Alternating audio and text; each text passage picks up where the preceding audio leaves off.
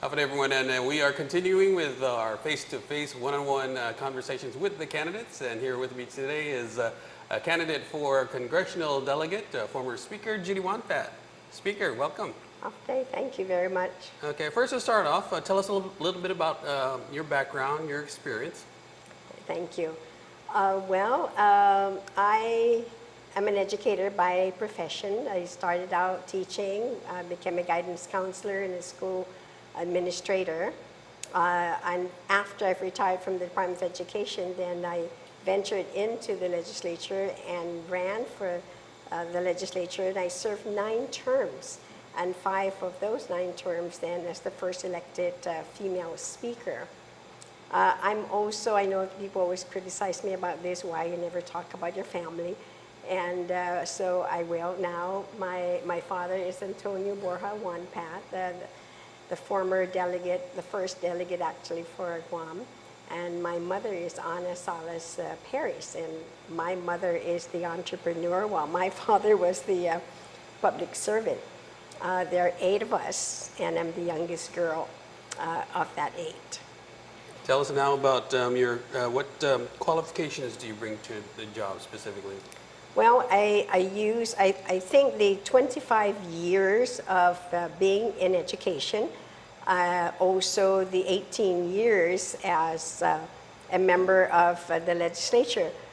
But so those are on the experience side. But with that experience, comes, with education as well. And as you know, then I've worked all the way to actually achieve my terminal degree from the University of San Diego in educational leadership.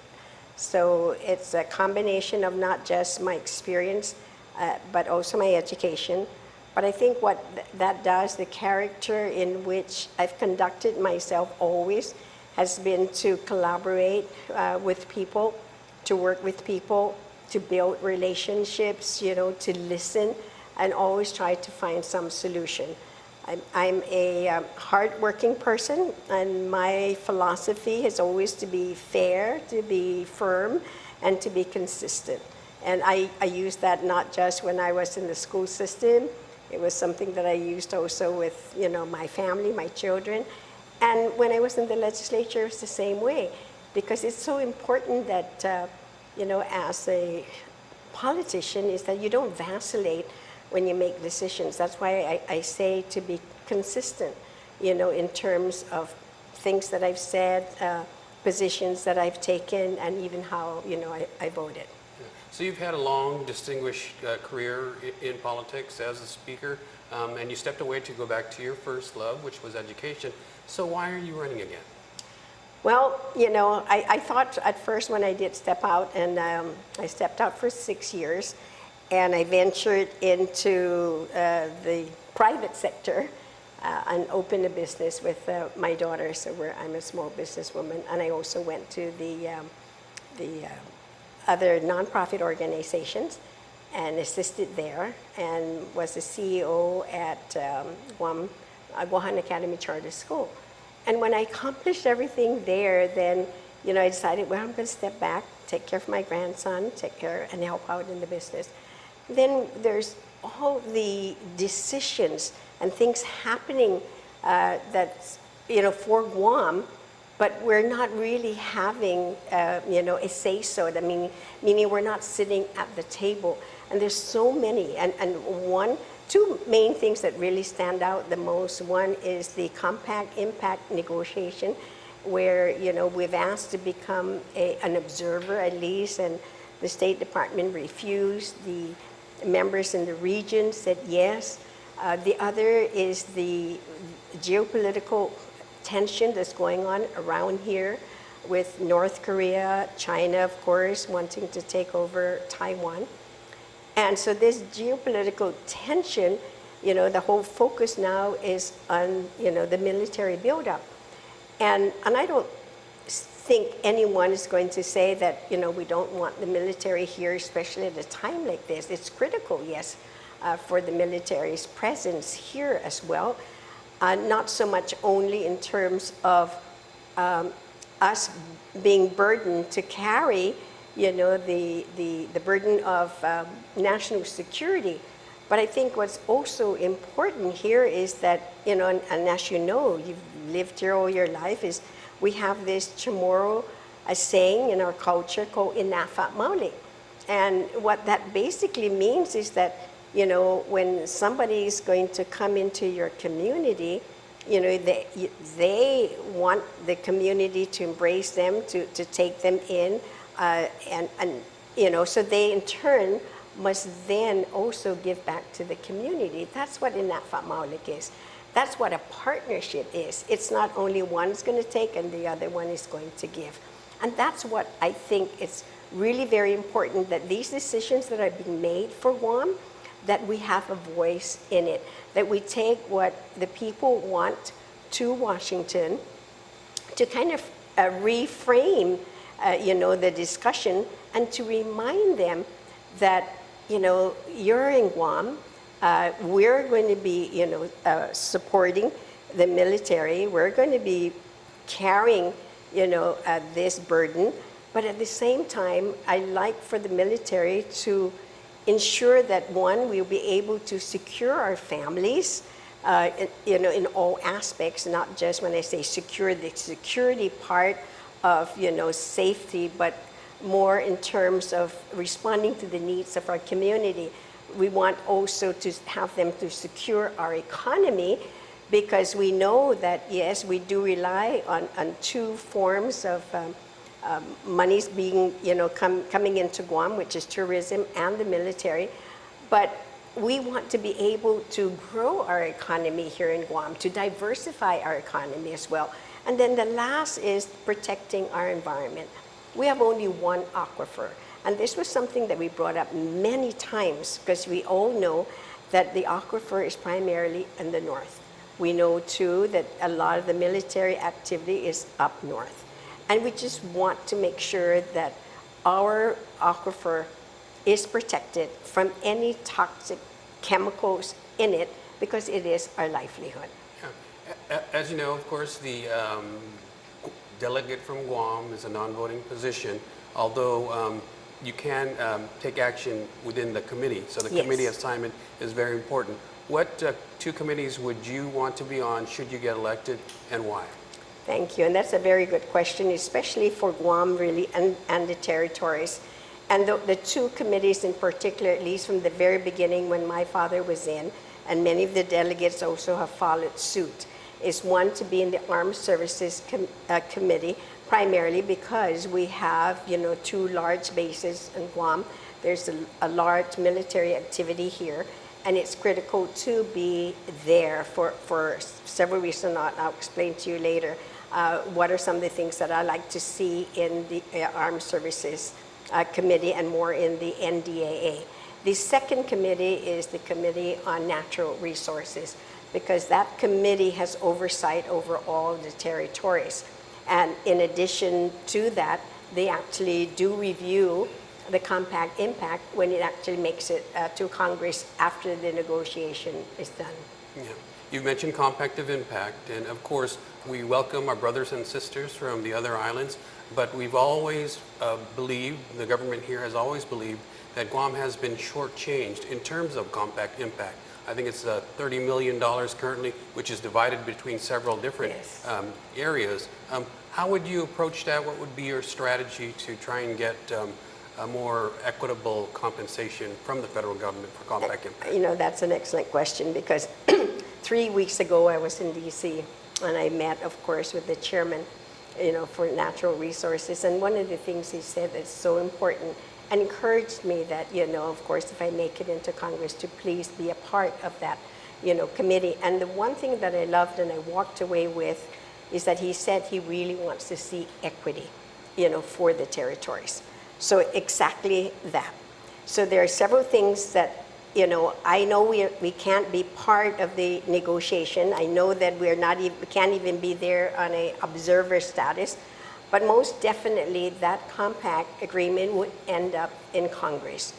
That is the time, I think, where, the members of Congress and the committee itself will be able to provide some amendments. And I'm looking at several. One is that we know that we haven't been fully, like you said, reimbursed. But that's in the past, okay? What's wonderful about this now is that the Department of Interior has provided some funding for the University of Guam to be able to do a study and come up with a methodology so we can figure out whether we are really calculating the right amount that, you know, we are being impacted by. So moving forward, then we want to make sure then that that methodology will be part now of the compact. The second is to make sure too, because there's actually legislation that was introduced, but it would die this year. And this started out in the past administration. And unfortunately, when it finally came to us, it was kind of late to be introduced in Congress. And what that is a debt swap, meaning whatever we owe the federal government, then we can use that as part of, you know, the monies that we feel we are also owed from past monies from the compact impact. The third is, and this is critical as well, is to really adhere to the compact, meaning that if there are certain reasons in which travel can actually happen, is to do a pre-screening to make sure then that, you know, when they say they're going to come here to go to school, that they'll be able to show that yes, they are accepted already at GCC or UOG, or, you know, with the family that's here at any one of the public schools or private schools, you know, when they're here for work, that then they can verify too that there is, you know, employment for them. I mean, we see that happening everywhere when you go. I know that when I went to Australia, that's the one thing they always ask, what's the purpose of your visit, how long you're going to be here, and all that, right? But in this case, we understand what the compact is all about. And when COVID had hit us, I know that the governor has requested to the governors and the president is that to please make sure, especially at a time like this when you don't really want traveling to be happening and the transferring, you know, of COVID, that she had asked if they could do a pre-screening. And so precedence has been set with that. So those are definitely some, you know, points in which I would like to see, you know, as part of the negotiation or in the actual compact should it pass Congress or when it passes Congress. Yeah. So on a related topic, President Biden recently held a historic summit at the White House for he invited Pacific country leaders for the first ever Pacific Island Country Summit. It is an indication of the growing importance of our region in particular. But then following that, Governor Leon Guerrero was invited there as a part of the U.S. delegation. But following the summit, she mentioned the fact, and I think you alluded to it earlier, that she would like to get a seat at the Pacific Island Forum. And there's been a little bit of pushback from some quarters that, you know, some of the Pacific Island leaders believe that, you know, Guam on the Pacific Island Forum would be kind of a surrogate for the United States. What are your thoughts on that? And should we have a seat at the Pacific Island Forum? Because we don't have one on the compact impact negotiations, as you said. You know, and you're correct. Because even prior to that, there has been other summits that have been organized by different groups. You know, here in the region alone, we have the Micronesian Chief Executives. Then we have the Association of Pacific Island Legislatures, and Guam is always included in those. And then we even found out that in Fiji now, they were reaching out to other countries other than those in the region, Micronesian region, but other countries. And they have, believe it or not, have actually invited Guam to participate, but not as an observer, but a participant. And we're even willing to pay for a member, you know, to go there. Unfortunately, I know in the past administration, they didn't really take advantage of that. But I think that that is definitely a start. And you're right, because what has happened in the past, and even when we go to the United Nations, is that usually the State Department will go to the other regions and kind of say to them, well, you know, this is how really you should vote or not vote or what have you. and thinking that Guam would always acquiesce and, for the U.S., but they don't know the times, I think, have changed now, and because of what is going here. We want to make sure that our Micronesian brothers and sisters get what they deserve. If they're going to allow, the United States to be there, because Guam is definitely the front line right now, that really truly the tip of the spear, then all the other countries also are being readied out, for as alternate sites, secondary sites, to be able to respond, quickly to this, just like, for example, what they're doing in, Tinian as well, because should anything happen here, quickly in Tinian, they can mobilize their guys. So I think that it would probably take really a sitting down with these leaders to really explain that that's not what our intent is. And they've always been very cautious, about this, thinking that, because they're independent and we're not, because we're U.S. and we're always going to just do what the U.S. would tell us to do. But I think they are starting to see that that is not necessarily true. That, we're independent, thinkers, want things to be done differently. We want to work with our partners, you see, in the region. So I just think that it's going to take some, dialogue that we need with them to eventually, change that kind of thinking. But the one thing I want, if I may add, is that remember Obama also did something like this, but it really didn't go anywhere. And then with this as well, it didn't really go as far as we would like it to be. The one unfortunate thing is that, because if you don't know, the delegation from the Marshall Islands really didn't even attend. They decided to go to Geneva instead. And that's like a strong message that they're sending, the United States, because they're saying we need you, but then in return, what is it that they're doing also then to kind of right, the wrong that were done to these islands. Yeah. You alluded to it a couple of times already, but I wanted to maybe have you just map out what is your position on military, civilian, and territorial relations? Okay, that is definitely critical. That is crucial because of the fact, like I said, that we are at the tip of the spear. And what's important here, like I said, by being a member of the Armed Services Committee, is to let them know that if they want to win the hearts and minds of our people, that there are going to have to be some things for them to do. Some examples that I say that I want to do is to include there a language that will be strong to say that all of these companies, big companies outside of Guam contractors coming to Guam, that they truly register at revenue tax and pay their GRTs, okay? We're telling this to all our small businesses, and they've been doing their part. But my understanding is that the big companies are not necessarily all of them. So that's one.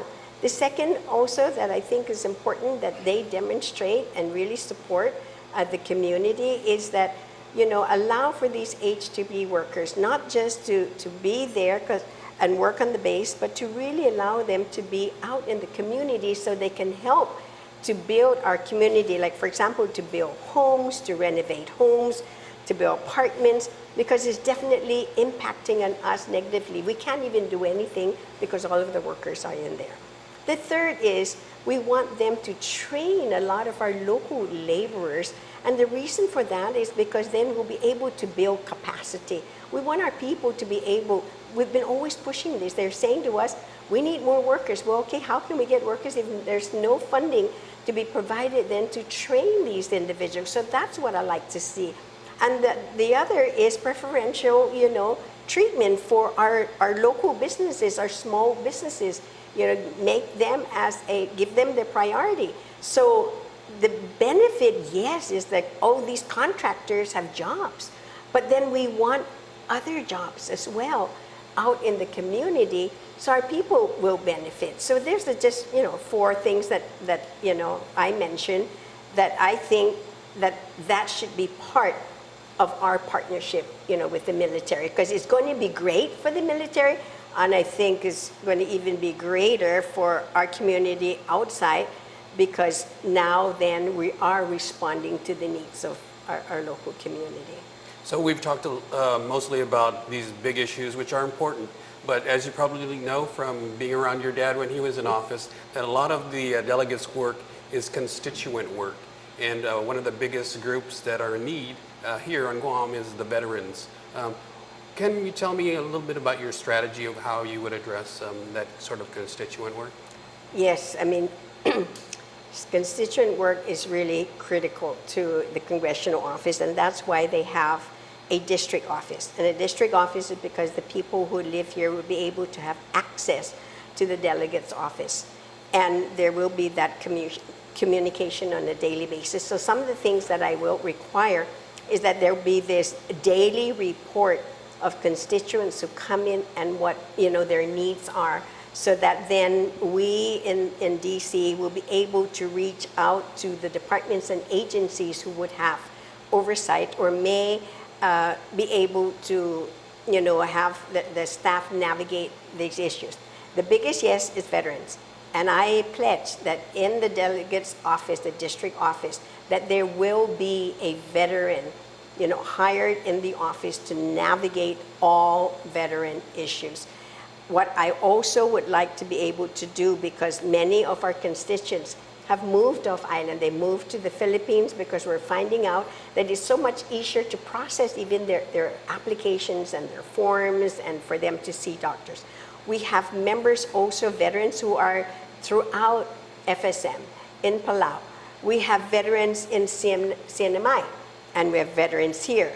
And some of them have even relocated back to the States. So when you really stop and think about this, is that when we look at our numbers of our people joining the military, they've always bragged how we have outbeat every state, in the nation in terms of recruitment.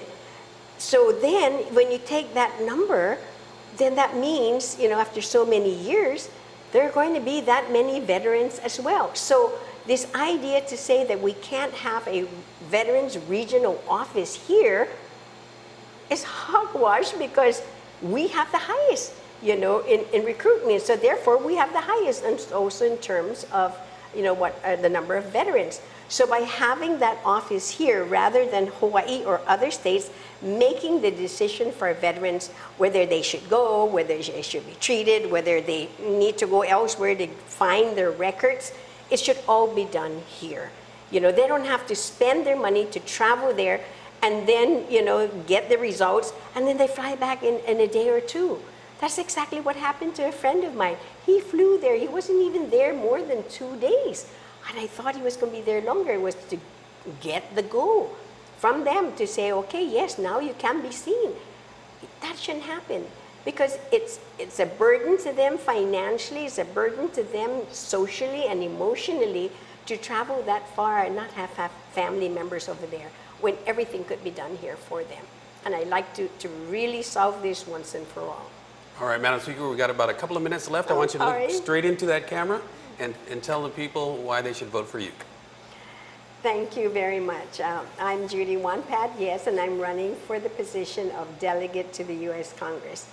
I am running because I want to secure our families, to secure our economy, and to secure our environment. With the geopolitical situation, I think it's important that we balance what's happening here in Guam and the region, and also for the United States. So I'm asking you to please support me, vote for me, so that I'll be able then to work for you. Si Diyos Masi. All right, there you have it. Thank you so much, Madam Speaker. Judi Won Pat, running for the Guam delegate seat for the U.S. Congress. Thanks for joining us, Madam Speaker. Thank you. All right. Thank you very much. We're going to take a short break and we'll be right back.